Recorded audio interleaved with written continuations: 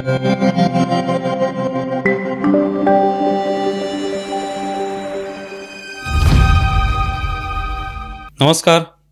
News डंकामध्ये मी महेश विचारे आपल्या सगळ्यांचं मनपूर्वक स्वागत करतो. मित्रांनो, भारताचे पंतप्रधान नरेंद्र मोदी हे सध्या भूतानच्या दौऱ्यावर आहेत. भूतानचे चौथे राजे जिग्मे सिंगे वांगचुक यांच्या 70व्या जयंतीच्या निमित्ताने मोदींचा हा दौरा आहे. असं वरकरणी वाटत असलं तरी या दोन देशांमधील संबंध अधिक वृद्धिंगत करण्याच्या दिशेने टाकलेलं हे पाऊल आहे. अर्थात भारताची राजधानी दिल्लीत झालेल्या स्फोटाच्या पार्श्वभूमीवर मोदी भूतानला गेल्यामुळे विरोधकांना त्यांच्यावर टीका करण्याची एक संधी मिळाली. या स्फोटाबद्दल काही गंभीर बोलावं, ज्यांनी हल्ले केले त्याविषयी काही बोलावं, किंवा जे जखमी झाले त्यांच्या संदर्भात काही काळजी करावी, तर ते न करता विरोधकांनी मोदींच्या दौऱ्यावर बोलायला सुरुवात केली. खरं तर विरोधकांनी सांगावं आणि पंतप्रधानांनी करावं अशी स्थिती अजिबात नाही किंवा कधी नसते. मोदींनी अमक्या वेळी कुठे असलं पाहिजे, मोदींनी तमक्या वेळी काय बोललं पाहिजे, मोदींनी कुठल्या देशाशी कसे संबंध ठेवावे हे विरोधकांना सांगण्याचं स्वातंत्र्य असलं तरी मोदी हे त्याकडे ढुंकूनही बघत नाहीत. त्यामुळे ते ठरल्या वेळेला भूतानच्या नियोजित दौऱ्यावर गेले. पण सोशल मीडियावर स्वाभाविकपणे काँग्रेसच्या नेत्यांनी उपदेशाचे डोस पाजायला सुरुवात केली. भारतात स्फोट झालेला असताना मोदी परदेशात कसे काय गेले असा सवाल विरोधकांनी विचारला. अर्थात त्यात थट्टा करण्याचा, खिल्ली उडवण्याचा हेतूच होता. दिल्लीत झालेल्या स्फोटाबद्दल विरोधक चिंता वाटत असल्याचं दाखवत होते, पण तो निव्वळ एक दिखावा होता. खरं लक्ष त्यांना मोदींनाच करायचं होतं. नरेंद्र मोदी यांचा भूतान दौरा अनेक अर्थांनी महत्त्वाचा आहे. भारताने भूतानशी रेल्वे जोडणी प्रकल्प उभारण्याची घोषणा केलेली आहे. जवळपास 90 किलोमीटरचा हा रेल्वे प्रकल्प अनेक अर्थांनी महत्त्वाकांक्षी आहे. भूतानसारख्या हिमालयीन राष्ट्रासोबतचा हा पहिला रेल्वे कनेक्टिव्हिटी प्रकल्प असून त्यासाठी 4,000 कोटी रुपयांहून अधिक खर्च होणार आहे आणि भारत त्यासाठी मदत करणार आहे. त्यामुळे या दोन देशातील व्यापार आणि आर्थिक सहकार्य अधिक मजबूत होणार आहे. हे रेल्वे मार्ग भूतानमधील गेलेफू आणि सामत्से शहरांना अनुक्रमे आसाममधील कोक्राझार आणि पश्चिम बंगालमधील बनरहाटशी जोडतील. पुढील 4 वर्षात हे काम पूर्ण होणार आहे. या प्रकल्पांची घोषणा अशा वेळी झालेली आहे जेव्हा चीन भूतानवर आपला सामरिक प्रभाव वाढवण्याचा प्रयत्न करतोय. त्या दृष्टीने भूतानलाही भारताचा आधार वाटतोय. भूतानचा बहुतांश निर्यात आणि आयात व्यापार भारतीय बंदरांमार्फत होतो. त्यामुळे भूतानच्या अर्थव्यवस्थेच्या वाढीसाठी अखंडित रेल्वे कनेक्टिव्हिटी अत्यंत महत्त्वाची आहे. या मार्गाचं महत्त्व यासाठी आहे की भूतान हे भारताच्या दृष्टीने महत्त्वाचं राष्ट्र आहे. कारण त्याच्या शेजारी असलेले नेपाळ, बांगलादेश हे देश आज अराजकतेने ग्रासलेले आहेत. बांगलादेशात आंदोलनाने काय अवस्था झाली हे आपण पाहतोच आहोत. तर नेपाळमध्ये आत्ता जेन-झी आंदोलन झालं. आसाम, पश्चिम बंगाल ही राज्य भूतानच्या जवळ आहेत आणि ती घुसखोरी त्या ठिकाणी किती प्रमाणात होते हे आपण पाहतोच आहोत. या सगळ्याच्या मध्ये चिकन नेक हा भारताचा अत्यंत महत्त्वाचा भाग आहे. त्यावर नियंत्रण ठेवणं हे भारतासाठी महत्त्वाचं आहे. त्याचाच एक भाग म्हणजे हा रेल्वे प्रकल्प. त्यातून आपण भूतानशी जोडलेले राहणार आहोत. मागे तुम्हाला आठवत असेल, शर्जील इमामने एका भाषणात आसामला भारतापासून वेगळे करा असं आवाहन केलं होतं.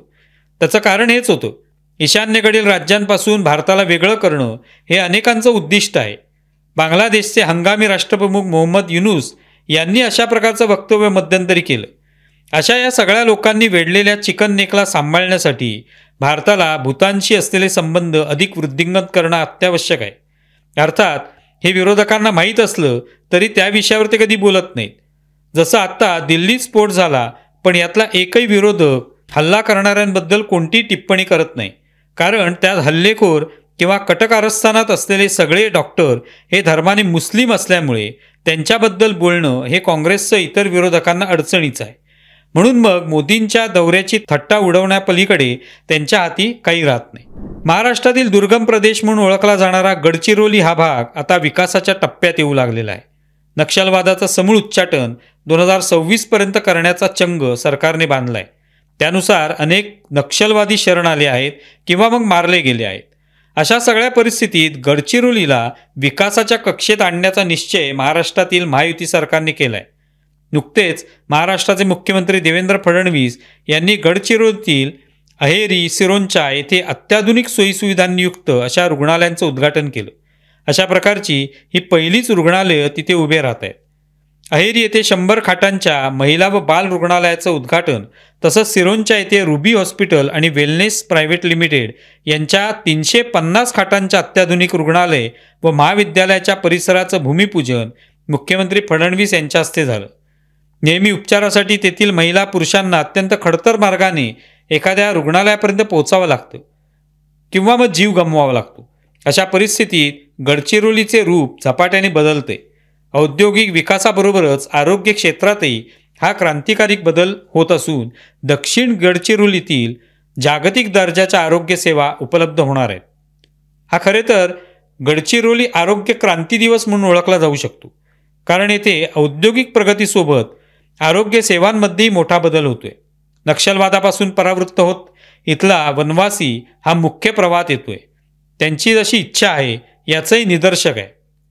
अहेरीचं 100 खाटांचं महिला आणि बाल रुग्णालय हे खाजगी रुग्णालयांना टक्कर देणारं आधुनिक संस्थान ठरणार आहे, जिथे मातृत्व, बाल आरोग्य आणि कुपोषित मुलांसाठी अत्याधुनिक सुविधा असतील.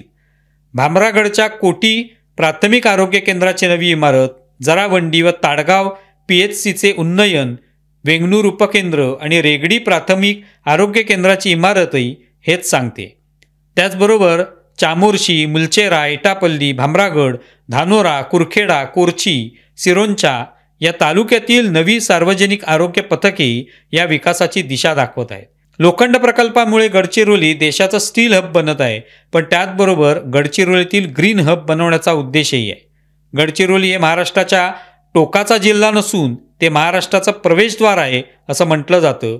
त्याचं कारण हेच आहे की आता विकासाची दारं उघडली आहेत. मुख्यमंत्री एकनाथ शिंदे यांनी उद्धव ठाकरेंची साथ सोडल्यानंतर त्यांना सातत्याने लक्ष केलं असेल तर ते संजय राऊत यांनी.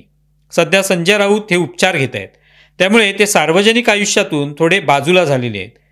एकनाथ शिंदे यांना ज्या प्रकारे अश्लाघ्य भाषेत शिव्याशाप उबाटा गटाने गेली 3 वर्ष दिले ते सगळ्या महाराष्ट्राने पाहिलेलं आहे.